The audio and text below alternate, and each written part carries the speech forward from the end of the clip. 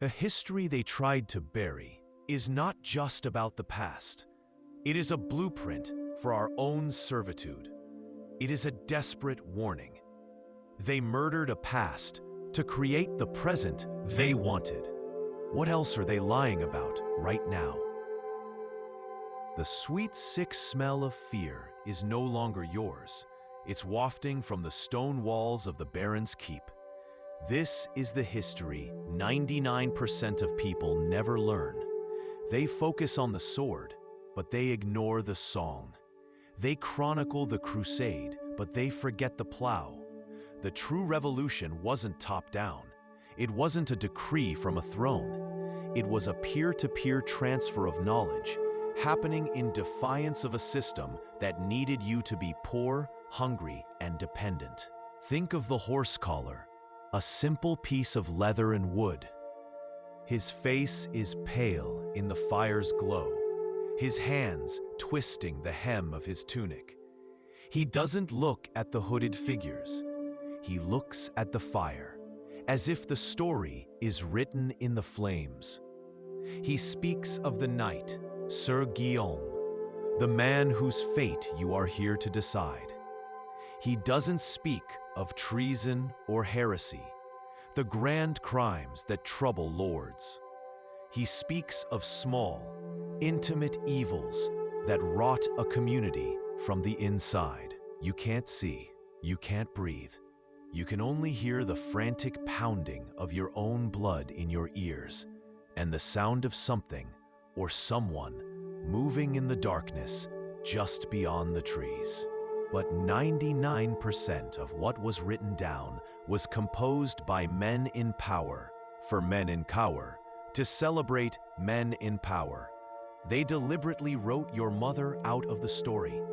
The real history, the one of survival, isn't written at all. It is memorized.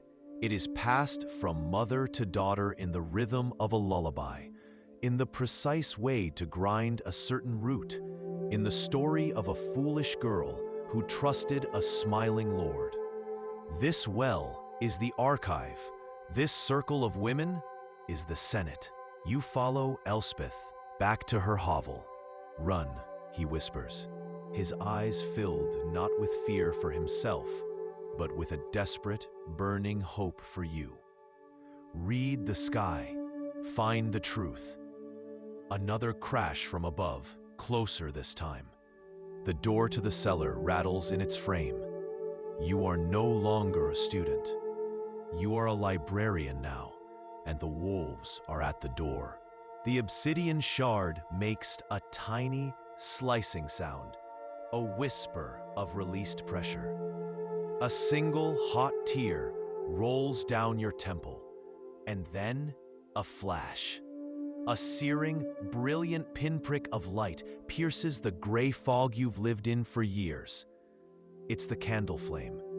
You can see the candle flame, clear, wavering, beautiful. A gasp escapes your lips, a sound of pure, unholy awe. The surgeon works quickly, pulling back, their job done. You can see the shape of their face now, lined with a weariness that speaks of 1,000 nights like this, of 1,000 secrets kept. It is the echo of the same war on knowledge, waged now with algorithms and headlines instead of fire and sword. We were taught to see our medieval ancestors as pathetic and primitive for a reason, so we wouldn't recognize our shared struggle, so we would believe our modern problems are unique, that this system is the only way, that we are disconnected from their fight. That is the final, most insidious part of the lie. The echoes of those secret courts, of knowledge passed in whispers, of that quiet, defiant resistance, they are all around us. He sings that the rain falls on the fields of the righteous and the wicked alike. So why does one man's belly swell while another's son starves?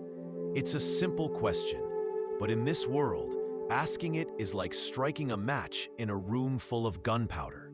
You look around. Others are listening. A blacksmith's hand calloused and hard as iron, stops halfway to his mouth. A weaver, her eyes wide, slowly nods. The tune is a virus of hope, and you are patient zero. Within a month, that song and its forbidden idea has crossed 3 shires. The hood you wear is coarse wool, scraping against your chin, narrowing your world to the flickering fire and the circle of other hooded figures. You don't know their names. You never will. You know only their purpose. The firelight throws your shadows up against the wet stone walls, giant, dancing things, far more substantial than the men they belong to.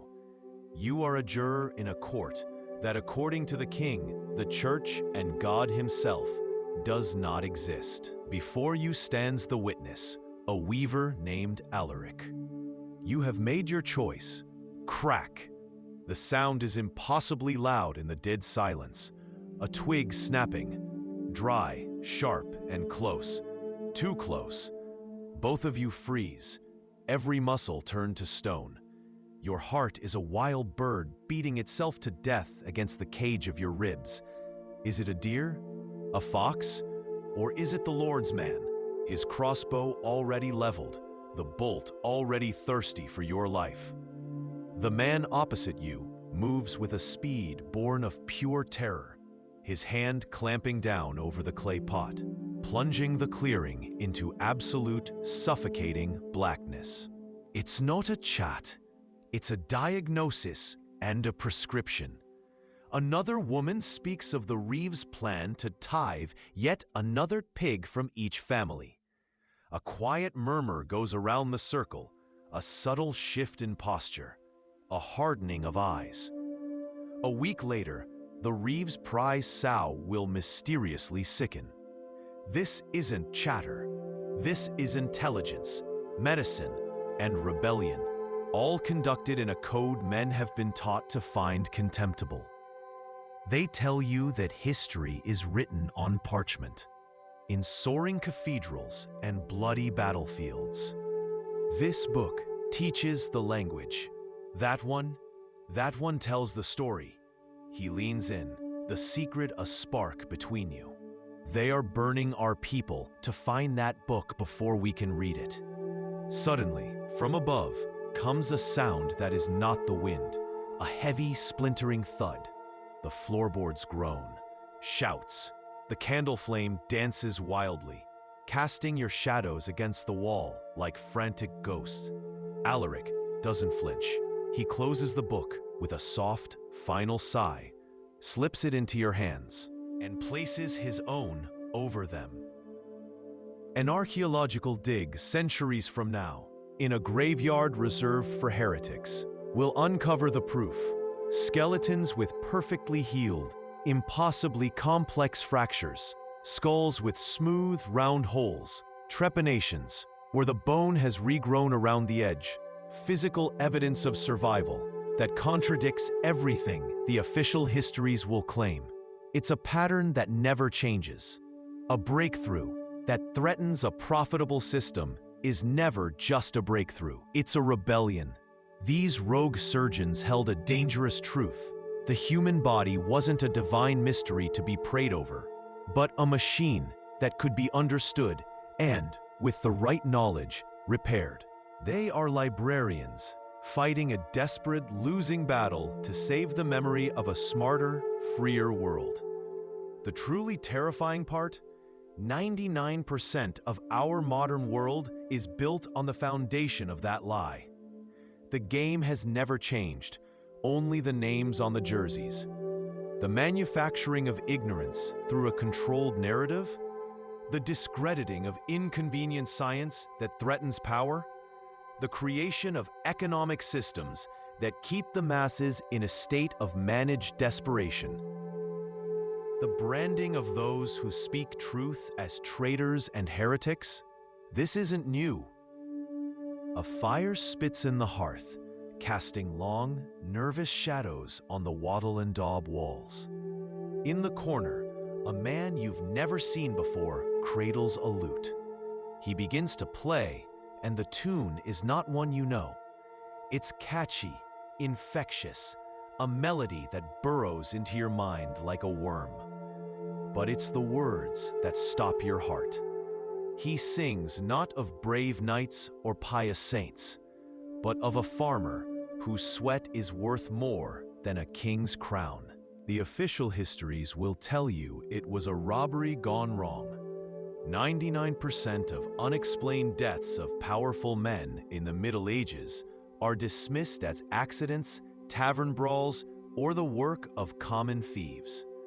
This is the lie they built to keep you from learning the truth. The bailiff wasn't robbed, he was sentenced. The air in the cave is thick with the smells of damp earth, sweat, and burning pine. It's a living thing, this air, coiling in your lungs, tasting of secrets. You pull the bundle of arrowheads towards you, the leather making a soft, conspiratorial shush against the damp leaves. The metallic taste of fear is coppery on your tongue. You think of your daughter, her cough growing wetter each day. You think of the Reeve, his fat, smiling face as he took your last chicken for the Lord's table. This act, this treason, is the only reason your village might see the spring. It is a choice between two kinds of death: the slow, obedient slide into starvation, or the sharp, defiant end on a nobleman's sword. The air is a tapestry of smells: the sharp, clean bite of lye soap, the ghosts of 1,000 wood smoke fires clinging to damp wool, the earthy scent of mud and spilled water. The men call this place the gossip's throne, and they laugh. They hear only the clucking of hens. They are deaf to the truth. You are not. You hear the real language, the one spoken between the words. Maria mentions her husband's bloody cough, and with a glance, old Elspeth indicates a patch of weeds by the crumbling wall. He looks up, his gaze seeming to pierce the stone ceiling, as if he can see the night sky through 1,000 tons of earth and wood. The history they have tried to erase is not just written in our books. It is written up there. He flips a page, and you see a familiar shape, a rendering of the constellations exactly like the carvings you saw on the hidden tiles beneath the chapel floor. Your breath catches. The book you found, Alaric says, confirming your thought. It is the other half of the map. The metallic sound of the drill against her bone, they say, was a sound from hell, but the result was a miracle the priests could only envy and condemn. Be still, a low voice commands. It is not a request. You feel a strange pressure against your eye. It doesn't hurt. Not yet. The terror is in the anticipation. You are letting someone cut into God's creation. You are committing a heresy of hope. This is the secret the powerful have always understood. A populace that can heal itself is a populace that doesn't need to beg. They were the wolves who broke the pen, who set fire to the fields, and then offered salvation from a world they themselves had shattered. They burned the libraries of practical science. They butchered the healers, the engineers, the astronomers, and called them heretics. They rewrote history to cast themselves as the saviors. That book, the one hidden beneath the floorboards, isn't just a manual of forgotten wisdom. It is the evidence of a crime. A network you've stumbled into, the whispers between masons, the coded songs of the storyteller, the midwife's secret garden. They aren't rebels. The greatest lie they ever told you about your ancestors is that they were still. They want you to believe that for 1,000 years, the world was frozen in amber, a static, unchanging darkness, until a few rich men in Italy decided to invent art. The secret, the one they buried under a mountain of chronicles about kings and their pointless battles, is that the Middle Ages were a roaring underground fire of revolution. You're about to feel the heat. You're in a tavern. The air is thick with the ghosts of spilled ale and unwashed wool. Now, you can only wait for the harvest and pray the screams from the castle don't carry your name on them. There are no words. Words can be overheard. Instead, you press a small carved piece of wood into his palm, a crude etching of a broken sheaf of wheat. He slips a similar token into yours, a spiraling serpent. This is the language. This is the currency and the map and the password all in one. These symbols, copied from a book no priest would ever read, are the proof of your allegiance. They tie you to 1,000 other midnight meetings happening in 1,000 other clearings just like this one. The most dangerous secret they ever buried wasn't about a king's bastard or a holy relic. It was the lie they told about your mother. The lie that she was silent, that she was powerless, that her world was no larger than a hearth and a cradle. You are 8 years old, huddled by the village well. The cold of the stone seeps through your thin tunic, a dull ache in your bones. Your finger traces the edge of the diagram. The parchment makes a soft, dry scraping sound against your skin, an ASMR trigger for a revolution. Alaric points to a sequence of symbols. This is a key, he says, his voice dropping even lower, a way of reading the symbolic language. They think we are protecting a theological argument, but we are protecting a history, a truth about where we all come from that would turn their kingdoms and their church into dust. While the university-trained physicians quote Galen and bleed their patients into the grave, these shadow surgeons are performing wonders. You've heard the stories. Old man Hemlock, who fell from a roof and whose leg was shattered into a dozen pieces, now walks without a limp thanks to a complex setting of pins and bindings. A young girl, whose skull was cracked by a horse's hoof, had a hole drilled into her head to relieve the pressure. And she lived. She lived. The flickering candlelight casts long shadows, and in the sudden quiet, you finally understand. The truth you were never meant to know settles in your bones, cold as the grave. The dark ages, the ignorance, the filth, the long, slow decay. It's the most successful lie ever told. A masterpiece of propaganda painted over a millennium of slaughter. This wasn't an age of forgetting. It was a war. A brutal, systematic, 1,000-year war on knowledge itself. The church and the nobility weren't shepherds guiding a lost flock. You see a diagram of the solar system hidden in a story about Christ. The entire cathedral isn't just a resonant chamber, it's a blueprint, a key. And the most terrifying question isn't how they hid it here. It's what forbidden door this key was meant to unlock. She has just condemned 50 men to a screaming, bloody end. She has done it to save 100 more. This too was detailed in the forbidden book you read by Dwindling Candlelight, the chapter on how to turn a tyrant's own lifeblood into poison. And now the knowledge is no longer just hers, it's yours. You follow her back toward the sleeping village, every shadow a waiting accuser. The wind carries the first hint of morning, and with it, the metallic taste of fear in your mouth. The deed is done. The seed is planted.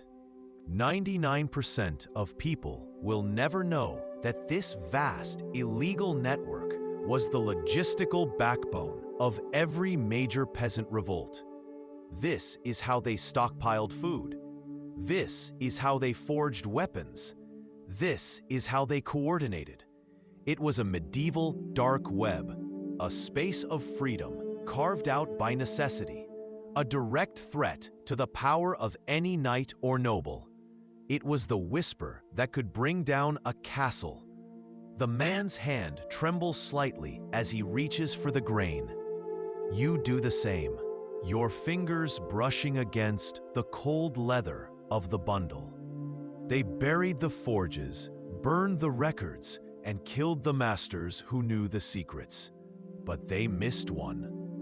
You feel the weight of the book hidden beneath your tunic, its leather cover cold against your skin. It's not just a book of strange drawings. It's the blueprint. And in a world built on engineered ignorance, possessing the truth is the most dangerous crime of all. The primary objective given to the knights was not the conversion of heretics, but the seizure and destruction of their libraries. These people, the Cathars and the Waldensians, were the guardians of a vast underground network of knowledge. Philosophy, medicine, mathematics, and yes, astronomy. They were the librarians of the common people. Just as today, a whistleblower is branded a traitor to discredit the truth they leak. These people were branded as heretics to justify the burning of their knowledge. It's a timeless strategy of power.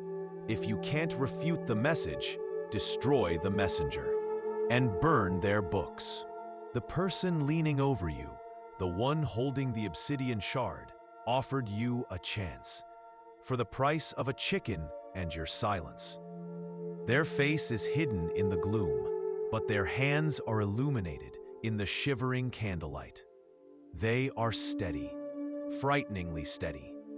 Not the trembling, blood-soaked hands of a butcher, but the precise, knowing hands of an artist. They are a keeper of a forbidden anatomical art, a lineage of knowledge passed down not in books. The church burned all of those, but in whispers, from one fugitive practitioner to another. Your eyes scan the last entry, the most recent name, written in a familiar, spidery hand you recognize from your own father's letters before he died. And there it is, your family's name. This isn't just a history you found. It's an inheritance you've just been given. And the weight of it feels less like a treasure and more like a death sentence. The church co-opted the heretical science it publicly destroyed, turning the tools of enlightenment into instruments of control. They hid the truth inside the lie, building a prison for the mind out of the very mathematics that could set it free. You stand up, the low vibration a permanent part of you now, a hum in your teeth. You look up at the great rose window above the altar, but you no longer see the apostles. You see the interlocking circles, the 12-spoked wheel, the perfect geometry of a star chart. Forensic analysis will reveal pathogens in the bones of the Baron's men, strains of dysentery and cholera inconsistent with any local outbreak. They will call it a mystery. They will not understand that the evidence of the crime wasn't in the earth, but in the memory of a woman who knelt and prayed. Elspeth rises, her movements stiff. She pulls her thin woolen cloak around her and melts back into the shadows. She looks at you, and in her eyes, you see not malice, but a terrible, profound grief. Each one is a death sentence if found in your possession. Each one is a seed of rebellion. This is the real economy. What the scholars and scribes never wrote down. They buried the truth of its scale underneath the clean lines of their legal ledgers and tax records, which all show a perfectly controlled world. But archaeologists, centuries later, keep finding the anomalies that prove the lie. A cache of foreign silver coins buried beneath the hearth of a peasant's hut. A shard of Venetian glass in a village that officially never traded beyond the next valley. This wasn't a loss of technology. It was industrial sabotage on a continental scale. It's the medieval version of buying a patent for an engine that runs on water and burying it in a vault forever. They didn't just want your tithes. They wanted to own the very means of your survival. They wanted you to believe you were weak, primitive, dependent.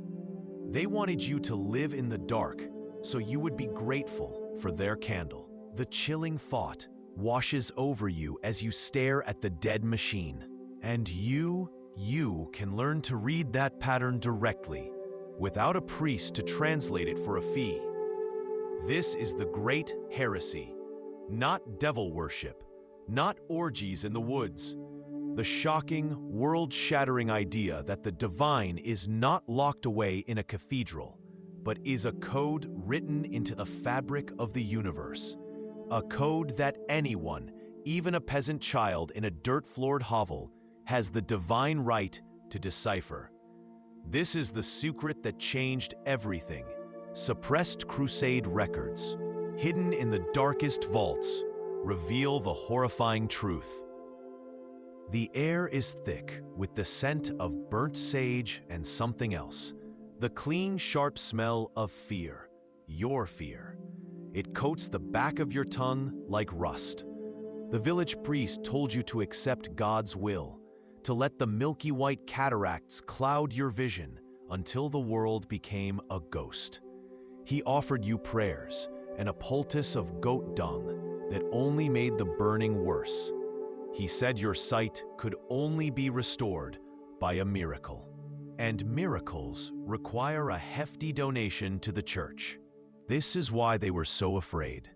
This wasn't just a book, it was a declaration of independence. Its very existence meant the entire foundation of their power, the divine right of kings, the ignorant peasant in need of salvation, was a carefully constructed lie. Your hands are shaking so hard you can barely turn the final pages. They contain something else, a list of names, stretching back through the silent centuries. A genealogy, not of blood, but of purpose. A chain of hands that passed this book, this truth, from one to another in secret. The keepers. One frequency, played by the massive pipes of the organ, can create a state of meditative bliss, of divine connection. Another, a subharmonic hum, generated by the sheer scale of the architecture itself, can induce a primal state of fear, of awestruck submission. It's a technology of social and psychological control, perfected and deployed on an unsuspecting populace.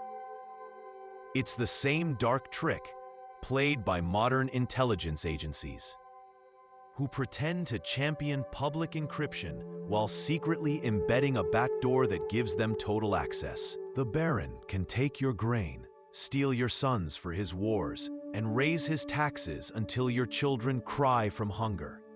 But he cannot stop you from praying at his well. This shatters the entire medieval assumption of power. The nobility's strength is in steel and stone, but the peasant's secret strength is in the soil, in the rot, in the things that grow and fester in the dark. Centuries from now, archaeologists will excavate the mass graves just outside these castle walls. The smell of it is rich, earthy, the scent of a full belly your children haven't known in months. Your stomach clenches, a hollow ache of phantom hunger. The man opposite you pushes forward a small, heavy bundle wrapped in oiled leather. You don't need to open it. You can feel the sharp promise of its contents through the hide.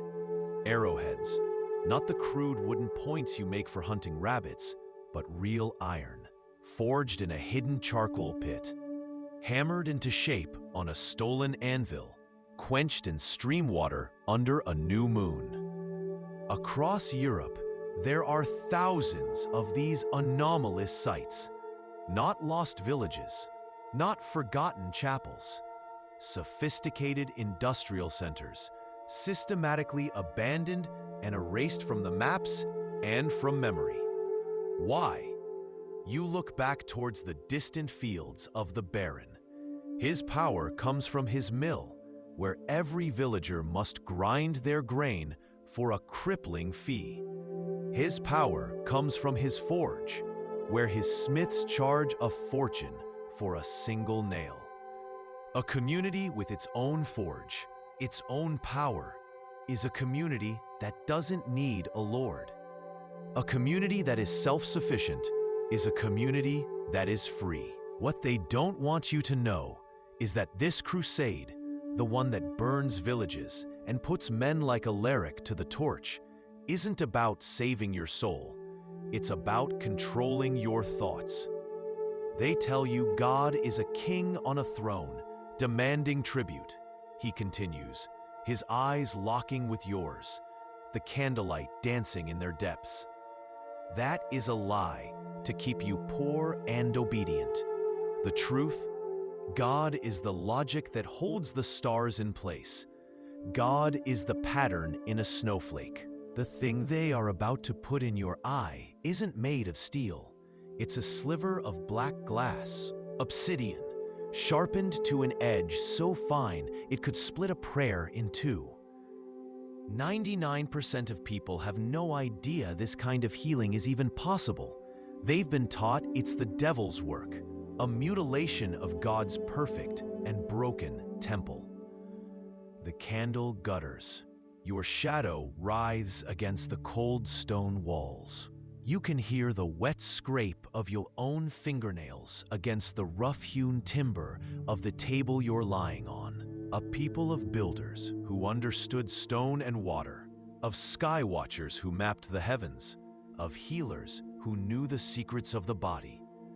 A civilization the church and its new kings did not convert, but systematically and brutally erased. They burned the libraries, smashed the machines, and killed the knowledge keepers. They didn't just conquer a people, they murdered a reality and replaced it with their own. This book is the proof.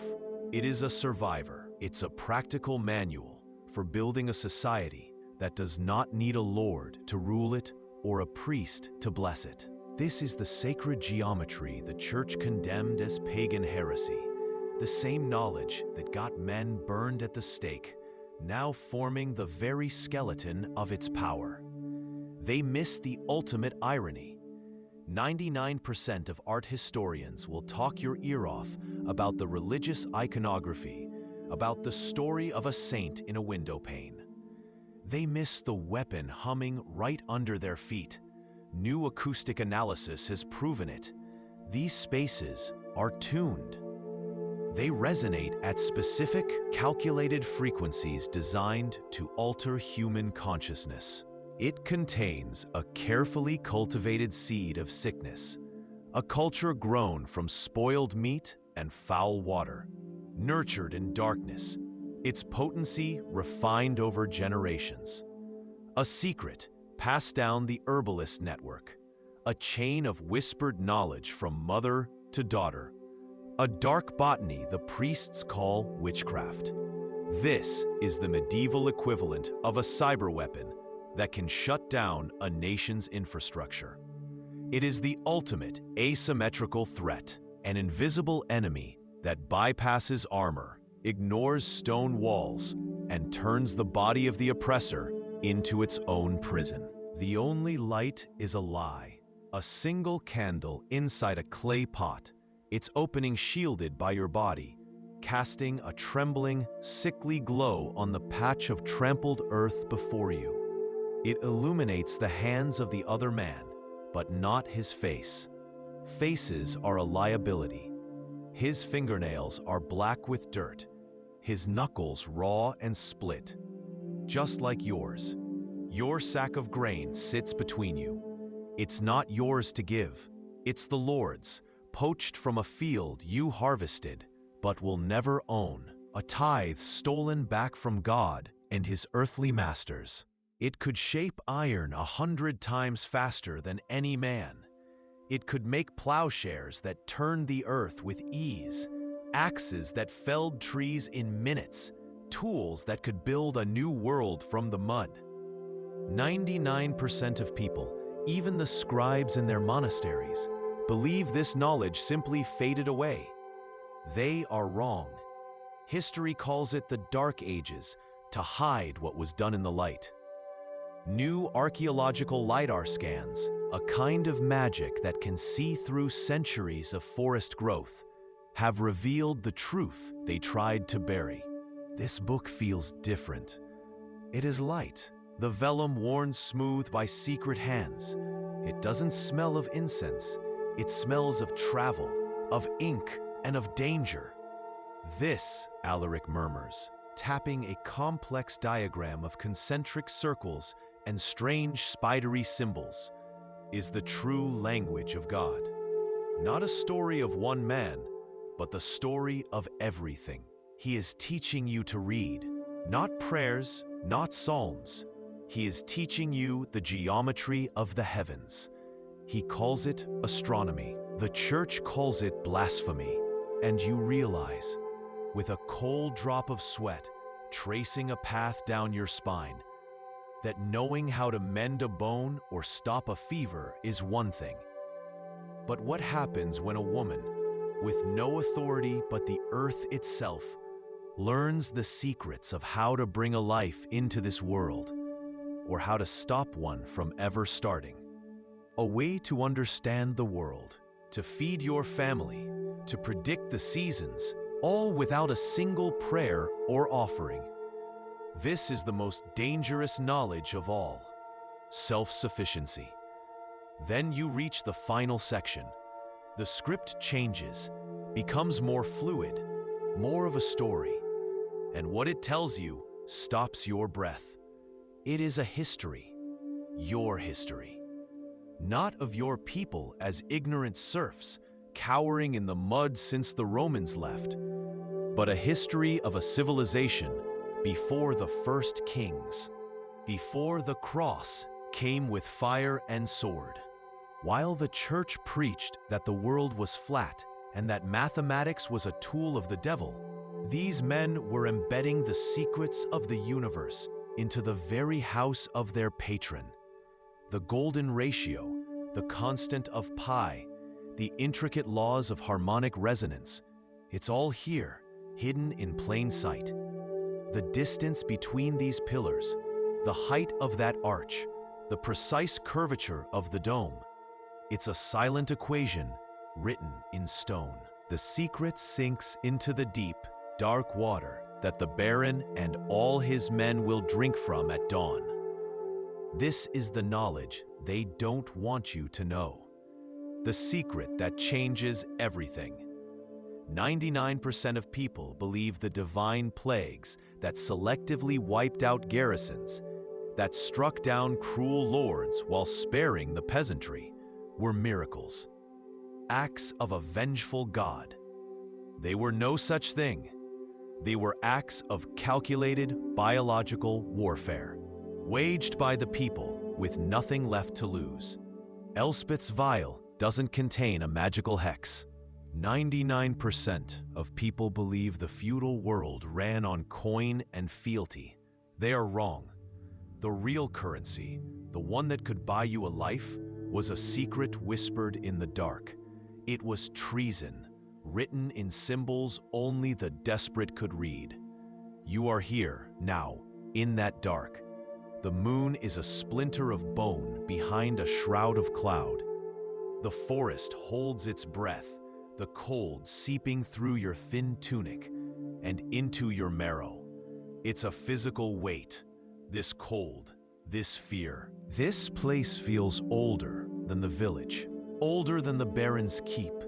It feels like it belongs to a different world. This was a forge, but not the simple kind you know, with a sweating blacksmith hammering at an anvil. This was a symphony of power. You trace the stone channels with your eyes, imagining the diverted river roaring through them, turning a colossal water wheel. The wheel turns an axle, and cams, lumps of hardened wood, lift and drop a hammer so heavy it would take 10 men to raise. A trip hammer. He leans closer, his whisper a dry rustle in the suffocating silence. "Forget their Latin," he says, his voice a balm against the cold seeping from the stone walls. "Forget their priests and their gilded cages. The only church you need is your own mind." His finger, the nail cracked and edged with dirt, traces a line not of scripture, but of stars. "You are 12 years old. The only book you have ever been allowed to touch is the one chained to the altar, its words a mystery you were told was not for you to solve." The priest was already muttering the last rites. Ilara arrived, boiled water and washed her hands. A bizarre ritual no one had ever seen. She didn't pray. She didn't use charms. She reached inside, her dirt-caked fingers impossibly gentle, and with a knowledge of anatomy that should not have existed outside a butcher's shop, she turned the child. A living boy was born moments later. She hadn't just saved a life. She had touched the sacred, mechanical workings of the human body. She had acted not as a supplicant to God, but as a peer, a fixer of his flawed creation. It's a tool of impossible accuracy, a machine for mastering time itself, not just being subject to it. The next section makes the hairs on your arms stand up. Page after page of astronomical tables, not the simple zodiac, but the cycles of the moon, the paths of the wandering stars, all linked to planting seasons, to tides, to animal migrations. This is the wisdom the village elder is whipped for practicing, the pagan superstition the priest condemns every Sunday. But here it is, laid out as a perfect, predictable science. So low, so deep, it's more a feeling in your bones than a sound in your ears. It's the sound of a plucked string the size of a mountain. You realize with a sudden, sickening clarity that you are not in a building. You are inside an instrument, a machine. This is the knowledge they buried. The master masons, the architects who raised these impossible structures, were keepers of a forbidden science. A cloying, sickly sweetness, like meat left too long in the sun, layered over the damp odor of decay. It is the smell of silent, patient rebellion. She doesn't pour it. That would make a sound. Instead, she dips a small, porous stone tied to a string into the vial, letting it drink the thick, milky fluid. Then, with a movement as smooth as flowing water, she lowers it into the well. There is no splash, only the faintest whisper of the string sliding over cold stone before she lets it go. And you, shivering on the shore, are the only one who saw the truth. What did that book say that was worth more than a man's life to silence? And who will come for you now that you know? Stone foundations, cut with a precision that seems alien to your time, form a complex channel leading from the river. A deep, moss-choked pit sits at its heart, and a massive fallen oak beam, black with age, lies half submerged in a pool of stagnant water. The only sound is the low, hollow drip, drip, drip of water echoing off stone, the last heartbeat of a machine that died centuries ago. Your fingernails scrape against the mossy surface of a foundation block.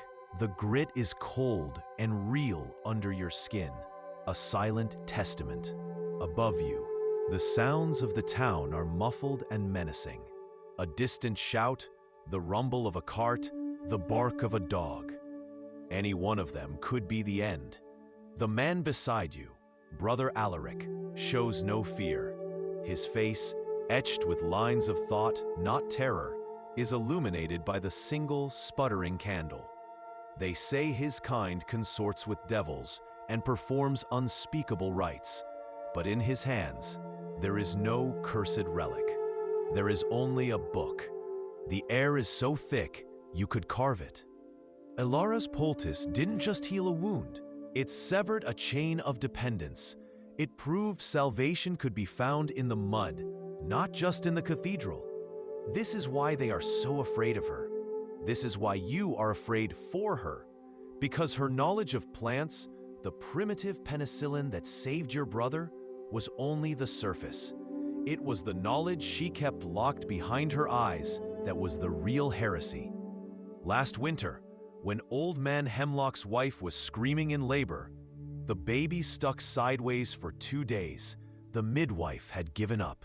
The rustle of the dry parchment is the only sound, a whisper from a dead world. This is not a drawing of a body, but of a machine. Gears and weights balanced with the care of a jeweler, a blueprint. You follow the lines, the annotations you can now decipher, and a gasp escapes your lips. It's a water clock, but not like the crude device in the monastery that is off by an hour come sunset. This one uses oscillating chambers and counterweights to mark time, not in hours, but in minutes. Your boot traces a swirling line, a complex geometric spiral that has nothing to do with the cross. You've seen this shape before, not in a church, but in diagrams of seashells, of galaxies, of the very structure of a growing leaf. You kneel, the cold of the stone seeping instantly through the rough wool of your trousers. You press your palm flat against the floor. At first, there's nothing but the cold. Then you close your eyes and focus. There it is, a vibration. To them, she looks like a pious widow at her nightly prayers, a harmless, broken thing commending her soul to the saints. You know better. Her hands, gnarled and stained with the secrets of the earth, are not clasped in prayer. She works with a slow, deliberate reverence, unwrapping a small clay vial from a piece of oilskin. The stopper, sealed with beeswax, comes free with a faint, sticky pop, an ASMR-quality sound of death being uncorked. You smell it even from here, carried on the faintest breeze. It's not the sharp scent of poison. It's something far more insidious. They were mercenaries, hired to destroy a rival monastery that held a compromising land deed, a heretical gospel, or a secret lineage that could topple a king. This isn't a raid. It's corporate and political espionage, medieval style. It's the 9th century equivalent of a state-sponsored cyber attack, a targeted data breach disguised as random savagery to ensure plausible deniability. They leave as quickly as they came, the monastery still standing, but its power broken. The real treasure wasn't the gold they left behind. It was the secret they just erased from the world. They tell you knowledge was lost in the Dark Ages. The truth is much simpler and far more brutal. It was murdered and buried in an unmarked grave. You stand in that grave now. The air in this part of the woods is different, heavy, cold, tasting of wet stone and secrets. Sunlight struggles through the thick canopy, dappling the forest floor in a sickly green light. Before you are the ruins, not of a castle, not of a chapel, but something else entirely. The church calls them heretics, a word that tastes of ash and fire. 99% of people believe this is a war for God, but the forbidden truth is far more dangerous.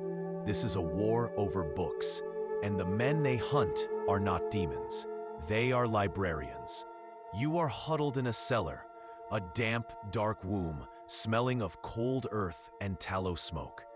Fear is a physical presence here, a metallic tang on your tongue, a tightness in your chest that makes every breath a conscious effort. A simple, natural remedy, threatening a powerful institution's monopoly not just on salvation, but on healing itself. It's the same story, told 1,000 years later in different clothes. Historians now comb through church records, sealed for centuries, and what they find isn't a righteous crusade against paganism.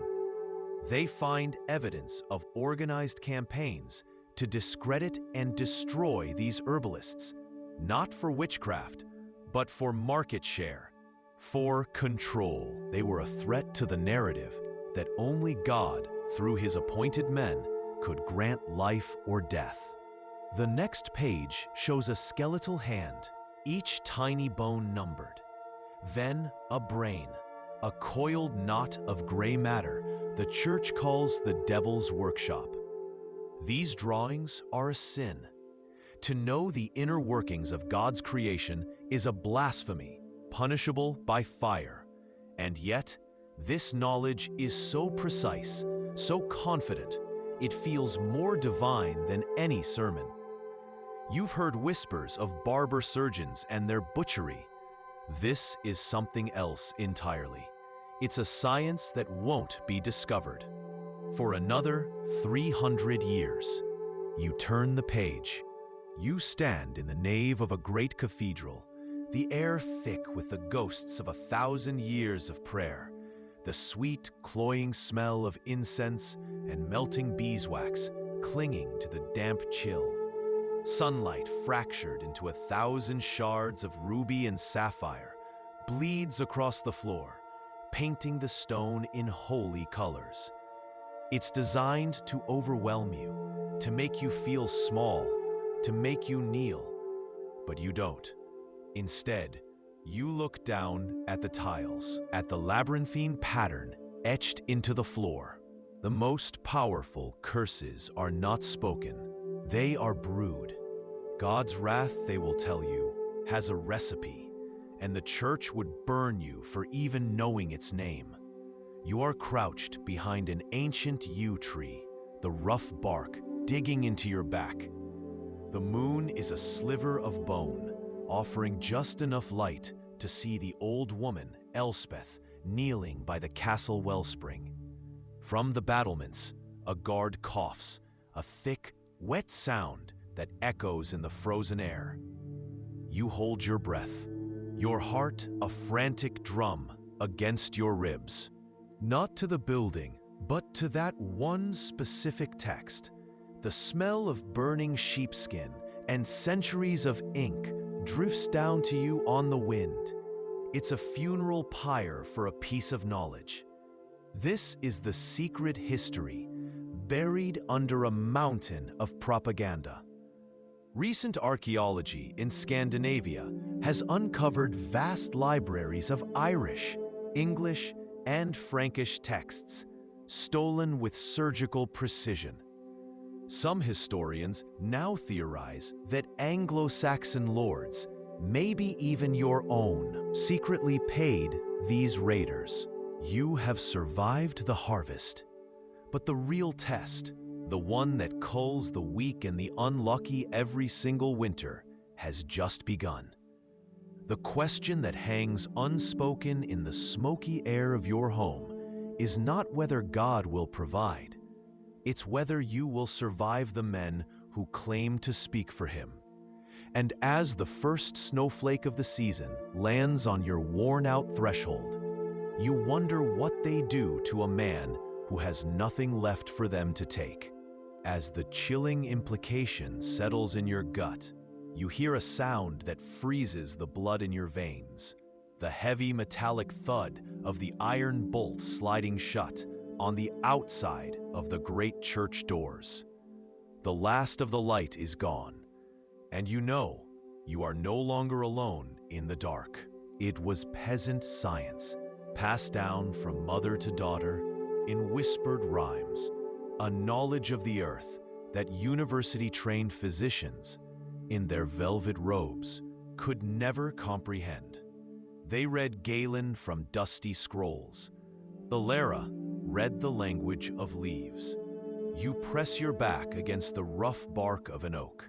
the chill seeping through your tunic. You feel the ghost of that fear again, the choice your family had to make. Trust the priest and his God, or trust the woman the priest wanted to burn. It's a choice that feels strangely modern. Now, something has clicked. A key has turned in the lock of your mind.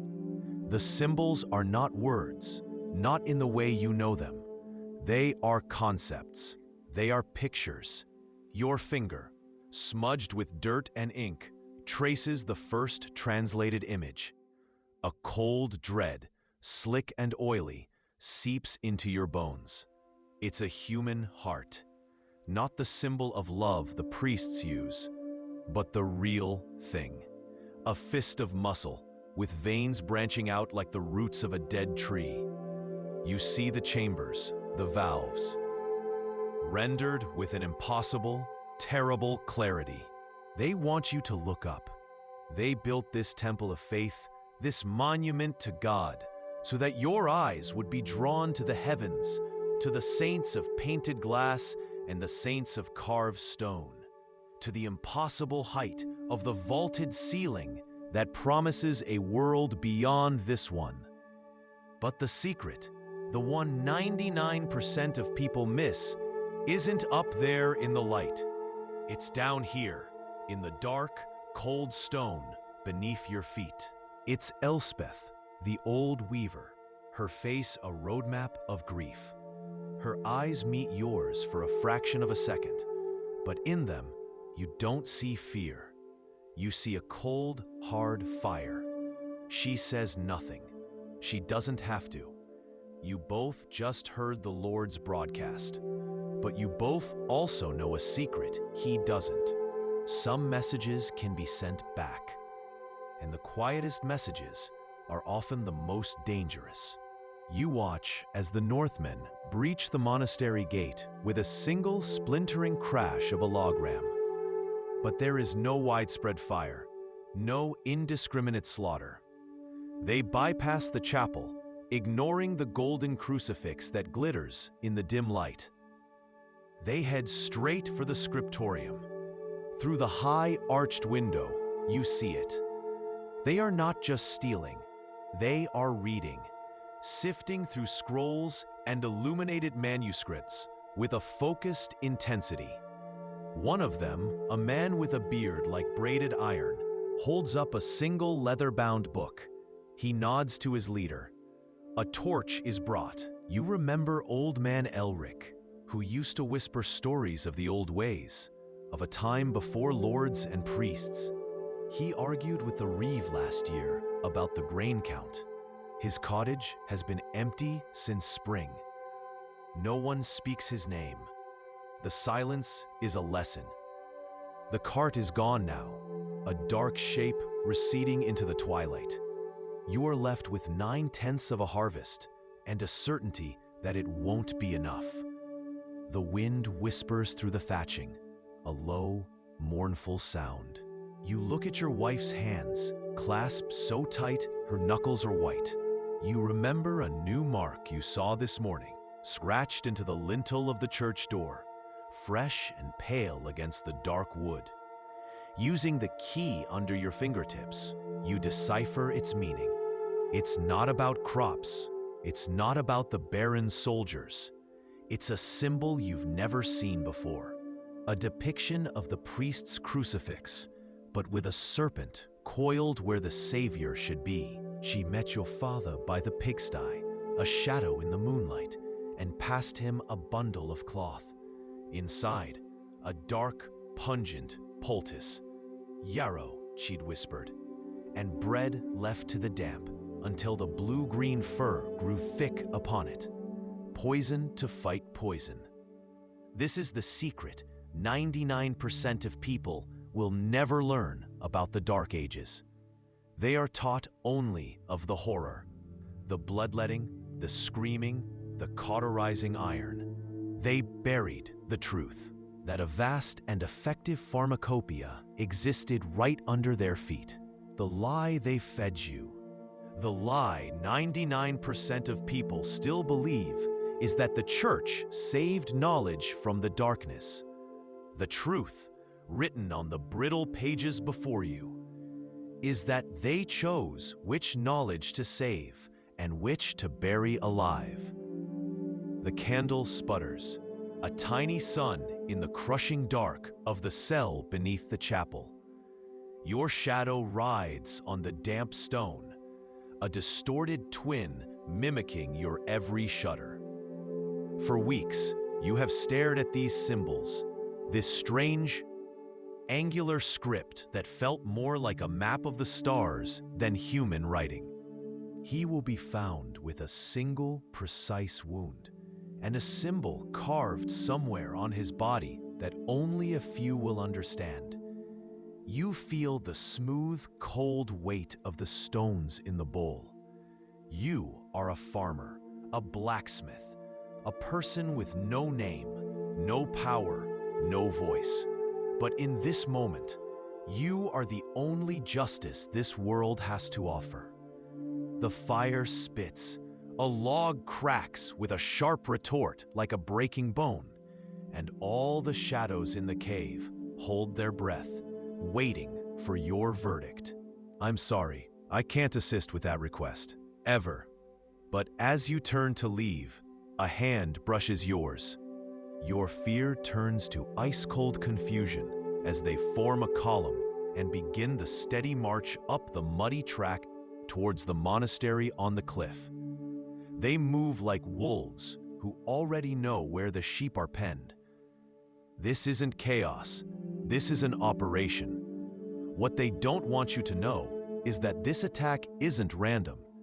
99% of the accounts of these raids were written by their victims, the monks cowering inside those stone walls. But what if those monks weren't just innocent scribes? What if they were gatekeepers of power? It was financing a war for a king whose name you can barely pronounce. It is the same brutal principle as modern predatory lending and crippling debt cycles. Create a system where the average person can never, ever get ahead, ensuring their eternal dependence on the powerful. This enforced poverty has another, darker purpose. A starving man cannot rebel.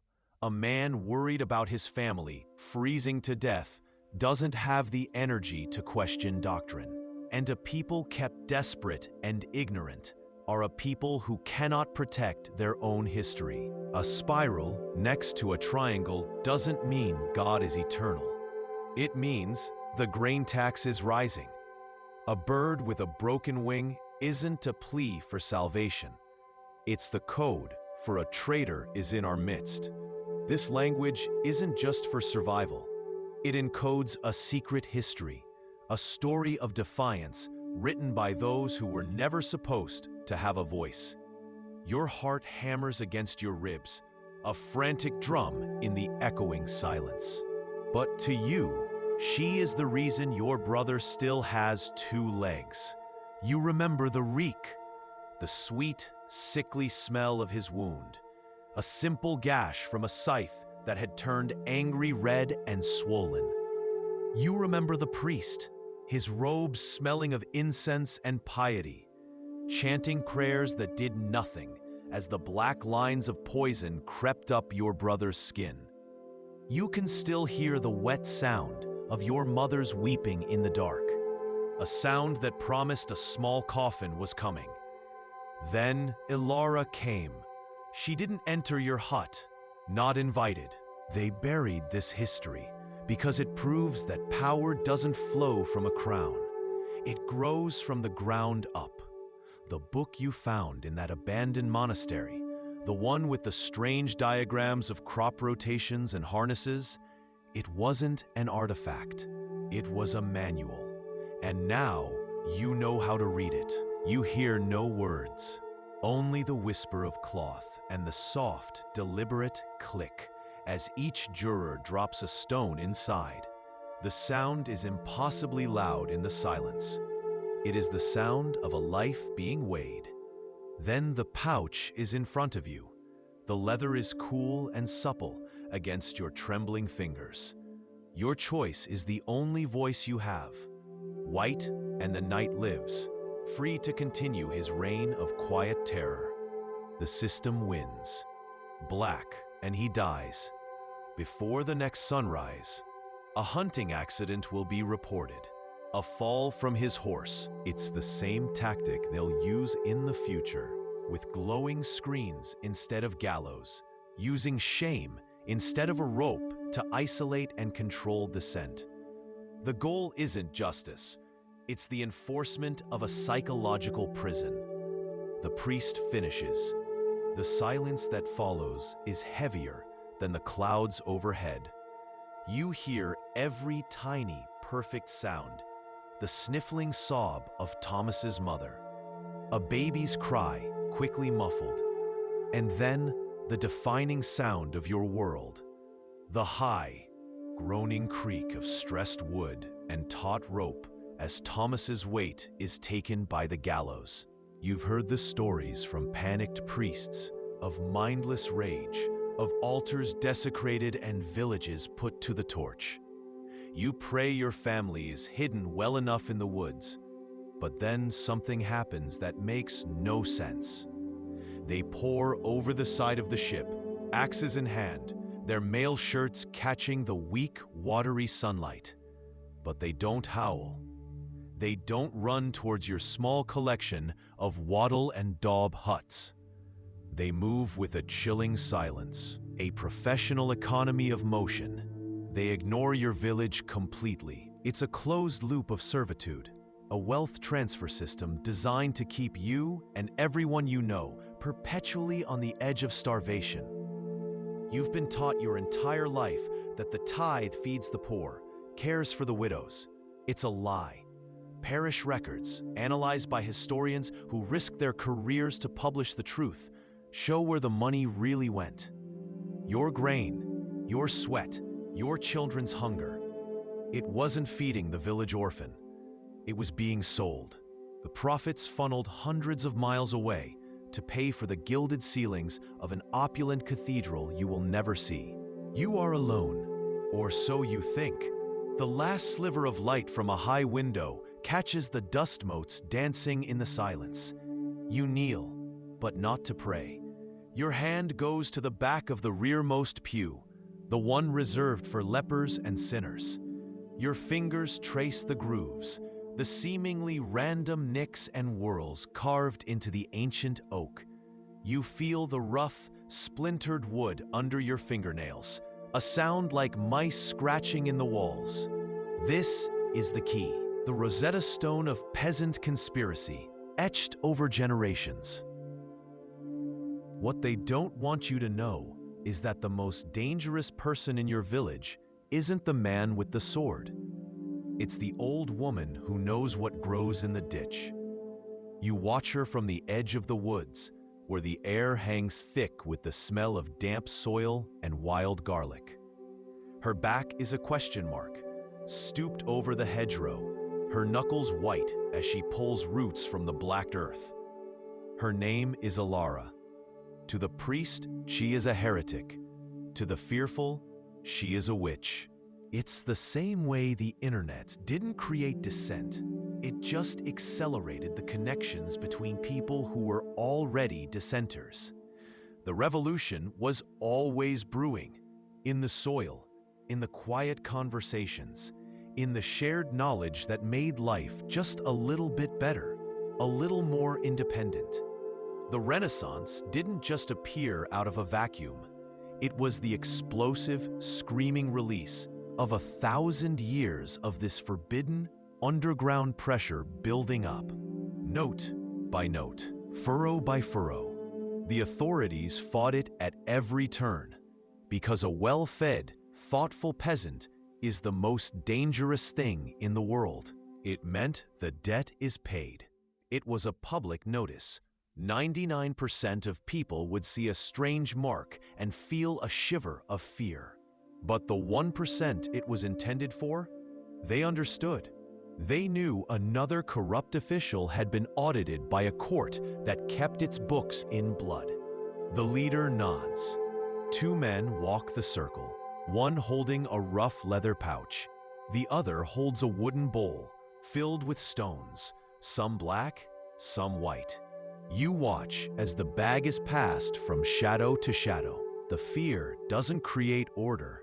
It curdles into a quiet, simmering rage that leads to more poaching in the Lord's woods, more pilfered grain, more frantic acts of survival. The true purpose of this theater is not to manage crime, but to manage you.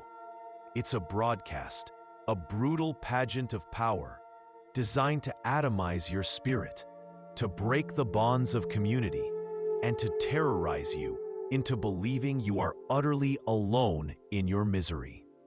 They taught you that the Northmen were beasts, howling for blood and gold. They lied.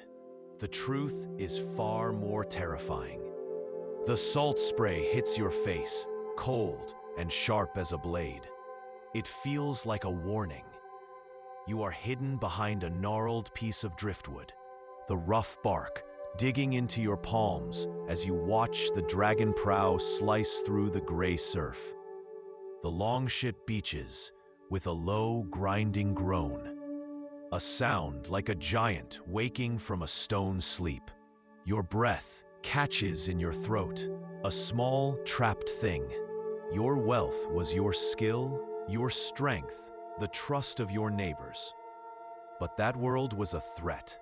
The church and the nobility, in a conspiracy of terrifying genius, collaborated to systematically destroy it. They outlawed the old ways, calling them pagan and sinful. They enforced a new economy of private ownership, of coin, and of tithes. It was a perfect trap. The Lord demanded rent in coin you didn't have. The only way to get coin was to sell your grain. But before you could sell a single husk, the church's cart arrived to take its 10%. They are fundamentally wrong. They are repeating a lie crafted to make the powerless seem primitive. This great illiteracy wasn't a fact. It was a weapon. Because while you couldn't write your name, you could read the warning woven into the hem of a woman's tunic, or the promise baked into the crisscross pattern on a loaf of bread.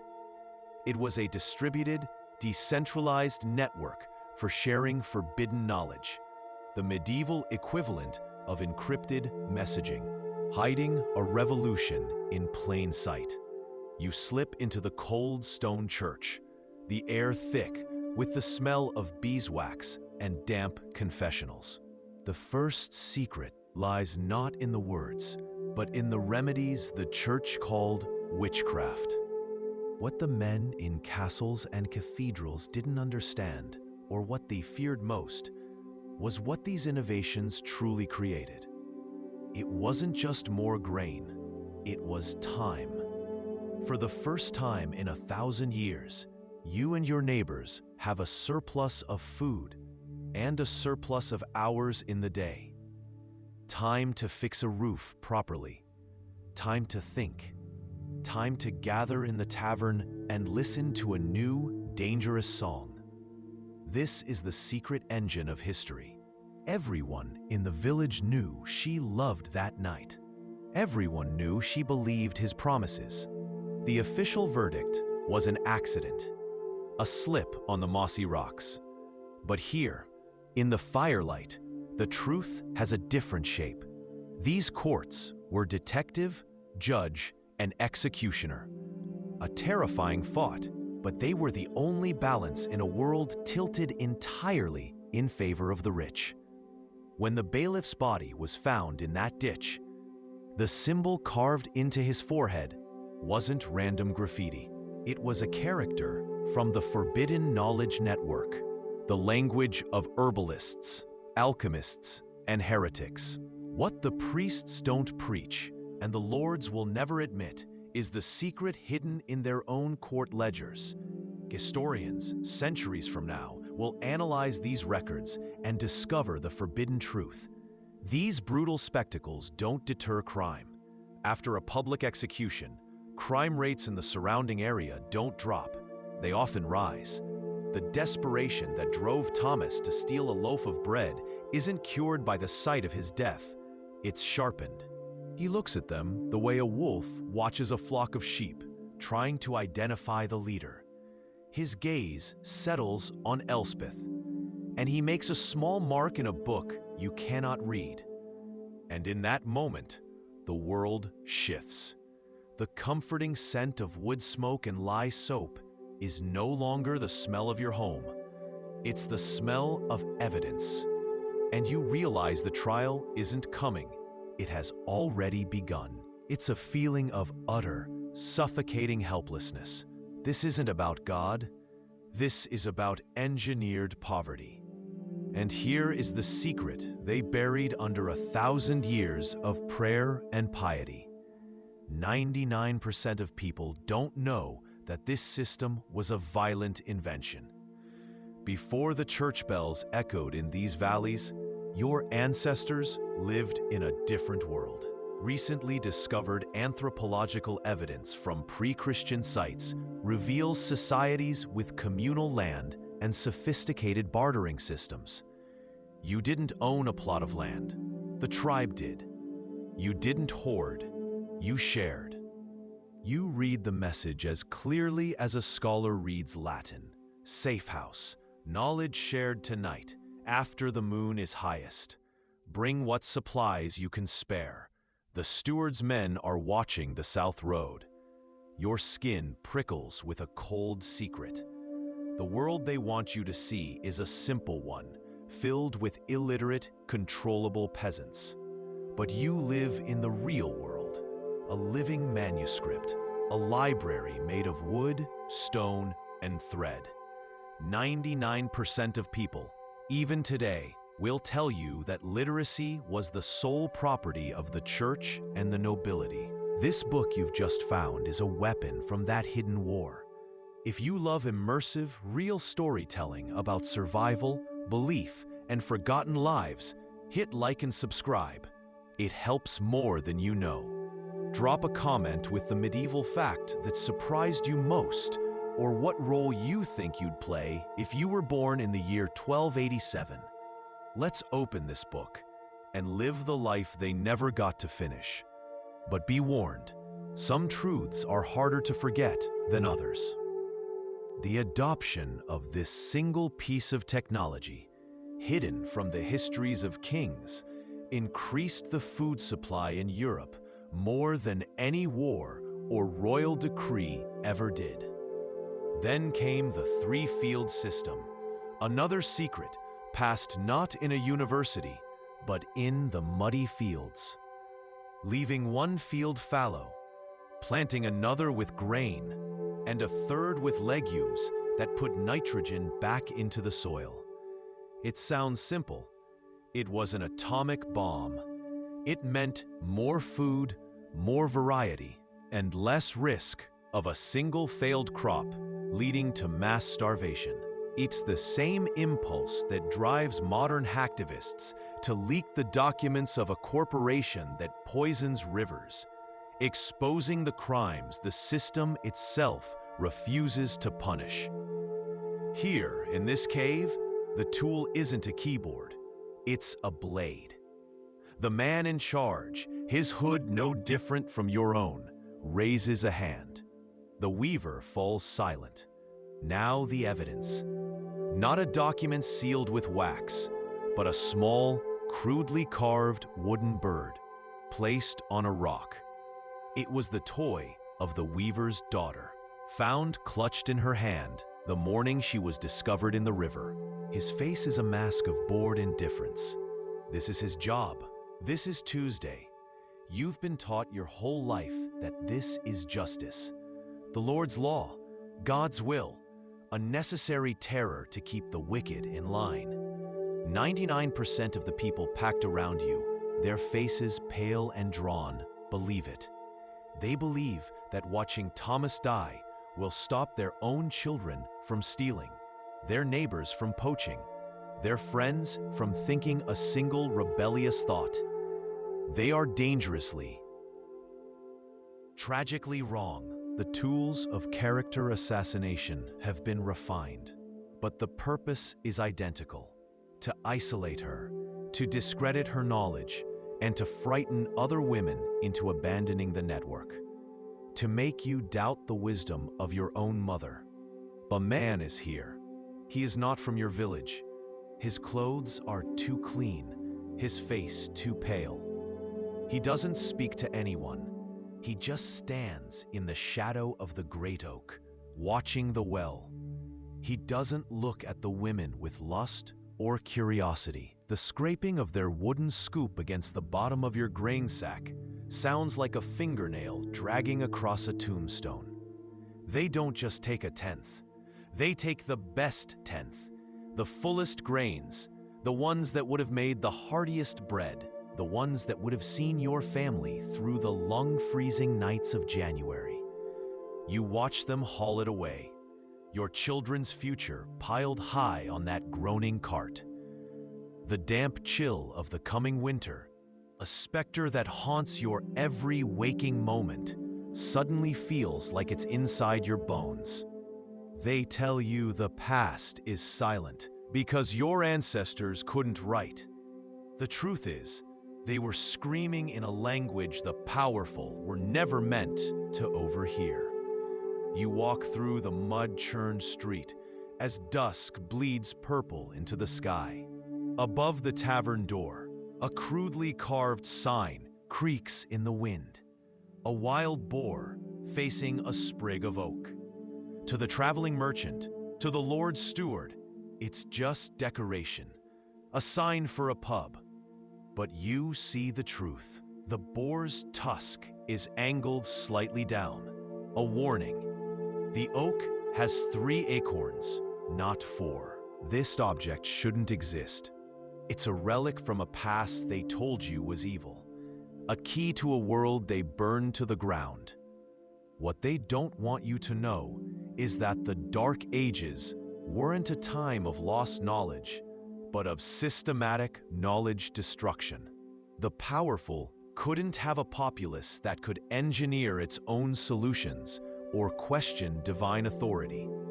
The peasant wasn't born stupid. They were made stupid. Through fear and the constant threat of being branded a heretic for knowing how to set a bone correctly or predict the weather without a prayer. Not the light scratch plow that barely tickled the dense, wet clay of Northern Europe, but a revolutionary machine of iron and wood. You hear its sound before you see it. A deep, wet, satisfying schlick as the iron coulter slices the earth like a blade. The mold board lifting and turning the rich, dark soil in a way you've only ever dreamed of. For the first time, you can cultivate the truly fertile lands, not just the sandy, easy soil. What the official chronicles never recorded is that for every corrupt official, for every predatory knight protected by a web of family and wealth, a parallel justice system was operating in the shadows. History barely remembers one, the Vemgericht of Westphalia. But what they don't want you to know is that there were hundreds. They were born in secret, in oppressed villages and disenfranchised guilds. They were an immune response to a corrupt body politic, a fever meant to burn out the infection of power. He's not a villain. He's 17. You remember him chasing dogs with a stick just a few years ago. His crime was not malice. His crime was an empty stomach and a mother whose cough rattles the walls of their tiny wattle and daub hut at night. He stole a loaf of bread, a single, dense, dark loaf of bread. Now the rope around his neck is thicker than his wrist. The priest drones on about sin and salvation, but his words are hollow seeds scattered on stone. Your eyes are fixed on the Lord's man, the one holding the lever. Read the court records, the forced confessions extracted by fire and iron. A spell to sour the milk was a recipe for a dairy strike. A curse to wither a man's strength was an herbal contraceptive. They weren't confessing to magic. Under torture, They were giving up the blueprints of their resistance network. It's the same dark magic they use today. When a woman becomes too influential, too knowledgeable, too unwilling to be silent, they find a new name for her. Difficult, shrill, a liar, a witch. You call your children inside the wattle and daub hut, not to protect them, but so they don't see the terror in your eyes. This isn't a holy visit, it's an extortion. You watch through a crack in the door as Father John, his face placid and soft, oversees the collection. He doesn't touch the grain himself. Two grim-faced men from the manor do the work. They move through the village, from hut to hut, their movements methodical, practiced. When they reach your meager pile, the one you've guarded from rot and rats for weeks, you hold your breath. It's the alarm. A heavy fist pounds on the wooden door, and a voice booms through the wood. In the name of the bishop, open this door. We know the sinner is in there. The surgeon doesn't move. They just blow out the single candle, plunging you both into absolute darkness, leaving you with nothing but your newly restored sight and the terrifying, echoing proof that some miracles are punishable by death. You believe demons live in fog. Your town blames goats for the plague. Welcome to the year 1250. Then, the sound changes. Not the sharp ring of metal on stone, but a dull, hollow thud. You freeze, the metallic taste of fear coating your tongue. You pry at the flagstone, your fingernails scraping against the rough edge until it gives way. Beneath it isn't dirt. It's wood, then leather. A small, tightly wrapped book. Its cover is embossed with a symbol you've only ever seen scratched into the back of tavern tables. A whisper among whispers. Instinct screams at you. Before it, you yoked your ox at the neck, half strangling the beast, limiting the power it could draw. The authorities liked it that way. Limited power meant limited surplus. Limited surplus meant total dependence on your lord for survival. But then the knowledge of the horse collar begins to spread, farmer to farmer, a whispered secret over a fence post. It moves the pressure from the animal's windpipe to its strong shoulders. Suddenly, one horse can do the work of two oxen. Your plowing time is cut in half. Then comes the heavy plow. He speaks of a stolen harvest, a peasant beaten half to death for looking the night in the eye, a daughter taken into the keep for a night, then returned, changed. Silent. As he speaks, you hear a faint, wet scraping sound from a dark corner of the cave. It's the sound of a man sharpening a blade on a whetstone. It's a sound that promises a conclusion. The thing they want you to feel is fear, but the only thing you can taste is the metallic tang of rage, cold and sharp on the back of your tongue. You stand in the mud of the town square, shoulder to shoulder with the silent, sullen heart of your village. The stench is a living thing, a thick cocktail of sweat, damp wool, and the sour breath of 100 hungry people. This is not a gathering. It is a summons. Attendance is not optional. On the hastily built wooden platform, Thomas shivers. He's not a monster. Inside, the only sound is the soft, percussive whisper of her pestle, crushing dried leaves in a stone mortar. Scrape, crush, scrape, crush. It is the sound of healing, a sound that has kept this village alive for generations when prayer and bleeding failed. This sound, this knowledge, is what they will soon call witchcraft. This is the secret that will get millions of women killed. What almost no one understands today is that the witch hunts were not a burst of religious hysteria. They were a targeted political purge, a systematic execution of the female leadership, What they don't want you to know is that the holiest act of the Middle Ages was the most sophisticated crime ever committed. It wasn't a sin, it was a system, and you were born its prisoner. The air tastes of frost and fear.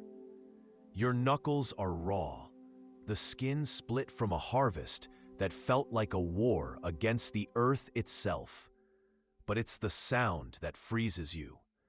The slow, heavy crunch of wagon wheels on the muddy track. It's the priest's cart. The dread is a physical thing, a cold stone in your gut. They show you their hands, stained not with blood, but with ink. On the wall, illuminated for just a moment, you see it. Not a crucifix, not a holy text. It is a large piece of cured leather, upon which is drawn, in exquisite and horrifying detail, the complete musculature of a human arm. But where did they learn this? With anatomical texts systematically destroyed, branded as satanic, how did they gain this impossible knowledge? Before you can ask, you hear it. The distant, rhythmic clang of the church bell. But it is not the bell for Vespers. The church buried this secret for 800 years, an act of historical propaganda so effective it has survived into our modern world. They told you the medieval peasant was ignorant and brutish. But what if they were systematically silenced, their knowledge erased, their legacy buried beneath a lie? The truth is far more shocking. The air in the village chapel is colder than the stone beneath your knees. Each breath is a ghost of old incense and damp earth. Your chisel makes a lonely sound, chink, chink, scrape, echoing in the flickering candlelight. You've never seen a toothbrush,